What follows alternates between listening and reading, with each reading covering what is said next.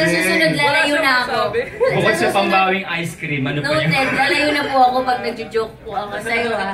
Kasi ngayon tahimik na po talaga to si Gerald.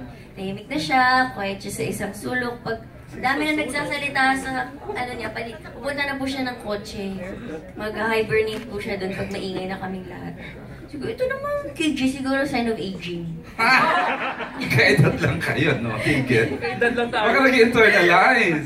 Iba yung ano niya maturity niya. Parang, ano siya in the zone siya lagi. Actor's cue lagi, oo. Actor's cue siya lagi kahit nakakatawa yung eksena actor's cue. Teka, huwag niya akong buguluhin. Joke naman ako, pero ayaw niya. Sige, wag. Ganon. Saan kagaling yung energy yung sinasabi ni Je? Oo nga eh. Oo. Sa ano. Ano po. Yun. Joke naman.